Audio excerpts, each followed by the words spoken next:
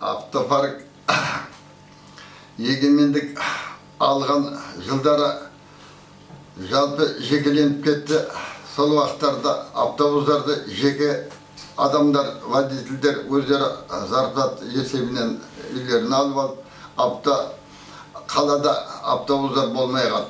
Соның барлығын осы өндіргеніп Мержан сол автопаркке жұмысқа кіріп, рядовой водительден соның президентіне дейін көтерілді, автопаркті жолға қойды. Осы қалада бүкіл газельдердің орнына автобустарды Қытайдан, Россиядан алып келіп жүргізіп жатыр.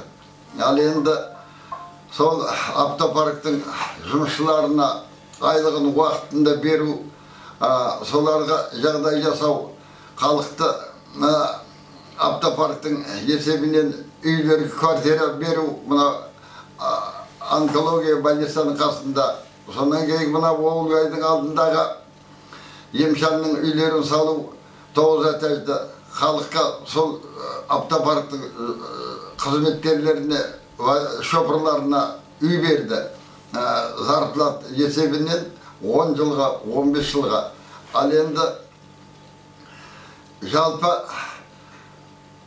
автопаркті жолға қойып, Қазақстан бойынша осы автопарк алдыңғы қатарлы парк. Міне халық игілігіне сол мына пенсионерлерге бос жүруге, ал енді мына студенттерге 50% үлготпенен жүріп жатыр. Бұл енді басқа қалада, басқа облыс орталығында бұндай пенсионерге босқа жүруге еш жерде қаралмаған. Ал енді бұл автопарктың жұмысы Қазақстан бойынша алда жақсы жолға қойылған.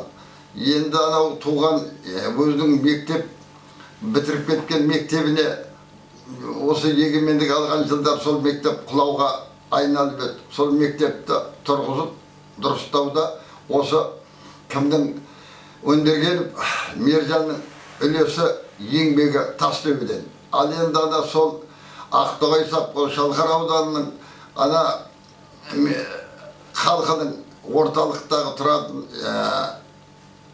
бұрыннан тұрып атқан адамдардың үйлеріне газ кіргізіп беруді ана Бұхар Свердловска Сәлемейден тарттырып газды халыққа игілігіне беріп пайдаланып отыр. 2 жыл болды.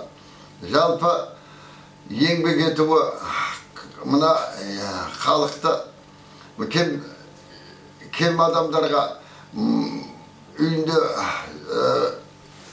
балалы адамдарға үй бергізіп, жағдай жасап, жұмысқа орналастырып, жақсы жолға қойылған. Жалпы